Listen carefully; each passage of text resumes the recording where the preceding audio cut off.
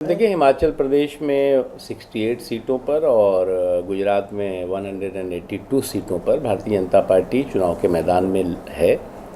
इन दोनों राज्यों में सुशासन और विकास एक महत्वपूर्ण मुद्दा है और कांग्रेस पार्टी के लिए कहने के लिए कुछ नहीं है।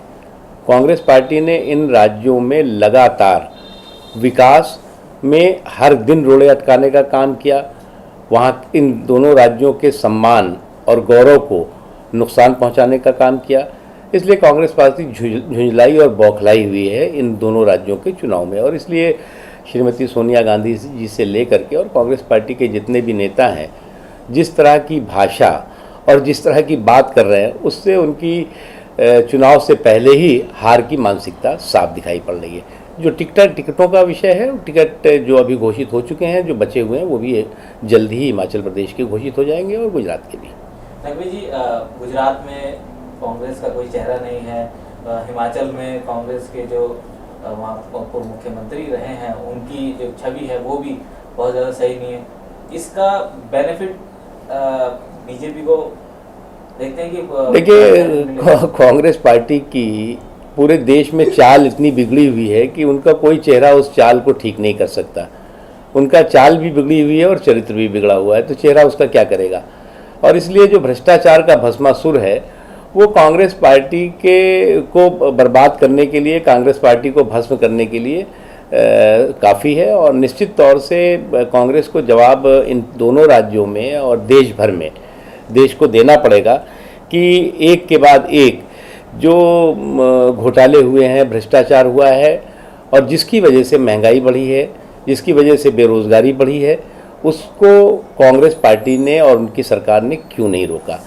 क्यों उन राज्य सरकारें, जो राज्य सरकारें की विकास की दिशा में बढ़ रही थीं, उन राज्य सरकारों को विकास की दिशा में बढ़ने में रोड़ा अटकाया, सौतेला व्यवहार किया। और कहीं ना कहीं कुछ राज्यों में, कुछ विपक्ष के शासित राज्यों में तो सीबीआई का इस तरह से दुरुपयोग किया जैसे वो कांग्रेस की दूसरी कोई सहयोगी पार्टी हो। सर, ये समझा जा रहा है और खुद जो है टीएमसी ने कहा कि ममता बनर्जी जो है इस बार नो कॉन्फिडेंस मोशन लाने की बात कही जा रही है, और सोर्सेस जो कि बीजेपी के सूत्र बता रहे हैं कि वो भी सपोर्ट करेंगे एफडीआई रिटेल को लेकर। आप देखिए, एफडीआई रिटेल के बारे में भारतीय जनता पार्टी का बहुत स्पष्ट मत है कि ये देश हित में नहीं है। एफडीआई रिटेल विदेशी बाजार माफियाओं के हितों में हो सकता है, लेकिन देश के बाजार और देश के आम लोगों के, देश के छोटे व्यापारियों के, देश के खुदरा व्यापारियों के खिलाफ एक साजिश है, और इसलिए हमने इसका विरोध किया है। संसद में भी, सड़क पे भी विरोध किया है, संसद में भी विरोध करेंगे, और इससे पहले भी विरोध किया था। इस मुद्दे को लेकर के अगर नो कॉन्फिडेंस मोशन कोई पार्टी लाती है या टीएमसी लाती है, तो उस समय पार्टी इस पर चर्चा करके और उपयुक्त कदम और उपयुक्त निर्णय करेगी। नकवी जी, एक सवाल और है कि कुछ दिन पहले ही नितिन गडकरी जी ने सपोर्ट किया था कि जो हमारा इंडस्ट्रियल जो स्ट्रक्चर है वो जो है प्रॉपर नहीं है, विदेशी जो निवेश है नहीं हो पा रहा है, देश का निवेश भी जो है वो बाहर जा रहा है। वो उन्होंने कई सारे एफडीआई, खासतौर से देखिए, हम एफडीआई के पक्ष में हैं। देश का सरोकार और देश के हितों की सुरक्षा के साथ एफडीआई आता है तो कोई बुराई नहीं है, लेकिन हम एफडीआई के पक्ष में हैं, फॉरेन डायरेक्ट इन्वेस्टमेंट के पक्ष में हैं, लेकिन हम फॉरेन डायरेक्ट इंटरफेरेंस के खिलाफ हैं।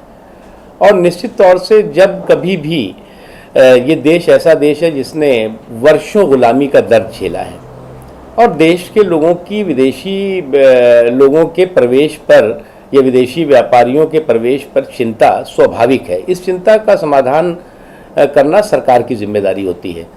अगर सरकार देश को ये संतुष्ट कर ले, संसद में झूठ बोला सरकार ने कि हम इस बारे में एफडीआई रिटेल पे कुछ नहीं करने वाले हैं, उसके बाद सड़क पर इसका आक्रोश देखा सरकार ने, संसद से लेकर सड़क तक, सड़क से लेकर सहयोगियों तक, सारे के सारे लोग इसके खिलाफ। उसके बावजूद भी लोगों सरकार संतुष्ट करने के बजाय उस पर तानाशाही रवैया अपना करके वो रातों रात, आधी रात में एफडीआई रिटेल में लेकर आई। इसी तरह से जो निर्णय एफडीआई का और अन्य हुआ है, उसमें भी बेहतर होता कि सरकार देश को, विपक्ष को और सभी लोगों को विश्वास में लेकर ये निर्णय करती, तो निश्चित तौर से जो एफडीआई या जो विदेशी निवेश है और जिसकी की हो सकता है ज़रूरत भी हो देश में कुछ हद तक, वो उसके बारे में लोगों का सकारात्मक रुख होता है। लेकिन आज जो है वो इनके नकारात्मक मानसिकता की वजह से इस पूरे के पूरे मुद्दे पर नकारात्मक माहौल बन गया है।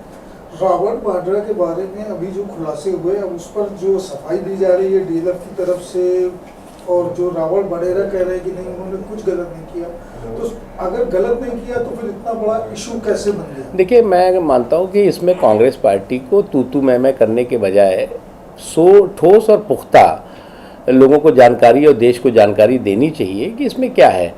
अब अगर कोई एक संस्था, एक कोई एनजीओ कहता है कि साहब ये गड़बड़ हुआ है, उसके बाद कांग्रेस कहती है कि साहब ये गड़बड़ नहीं हुआ है, तो अब इसका कैसे इसका अंत होगा?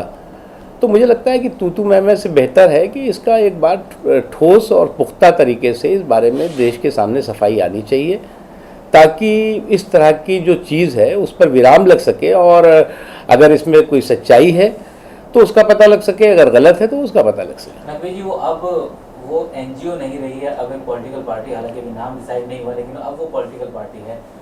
अब देखिए, मैं इसमें कोई बहुत पॉलिटिकल पार्टी है वो या एनजीओ है या कुछ और है, मैं उसका कोई बहुत इस पर मैं नहीं जाता। एक आरोप, और उस आरोप को देश ने देखा, मीडिया ने उसको पूरे देश में बताया, दिखाया, तो जब एक बात आई है तो उसको बात को जो है वो ख़त्म करने के लिए तो उसके ठोस और पुख्ता जो है वो जानकारी देश को देनी चाहिए कि ये गलत है। कावेरी इशू पर बीजेपी का डेलीगेशन जो छुट्टी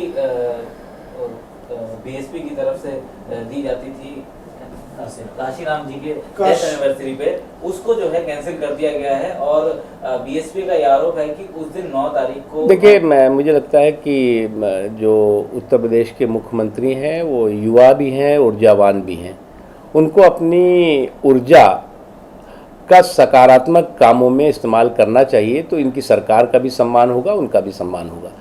निश्चित तौर से इस तरह के नकारात्मक के प्रतिमाएं तोड़ना, महापुरुषों की अगर छुट्टी किसी सरकार ने तय की है तो उसको आप कैंसिल करना, ये सब चीज़ें जो है नकारात्मक श्रेणी में आती है। तो इसलिए सकारात्मक काम करें, क्योंकि अभी उनकी सरकार को बहुत कम समय हुआ है, और उस कम समय में जिस तरह के निगेटिव उसका मैसेज जा रहा है एक के बाद एक, वो मुझे लगता है ठीक नहीं है। इसलिए उनके जो उत्तर प्रदेश के मुख्यमंत्री हैं वो युवा भी है, ऊर्जावान भी है, तो इसलिए उनके सकारात्मक काम होंगे तो उनकी सरकार का सम्मान बढ़ेगा।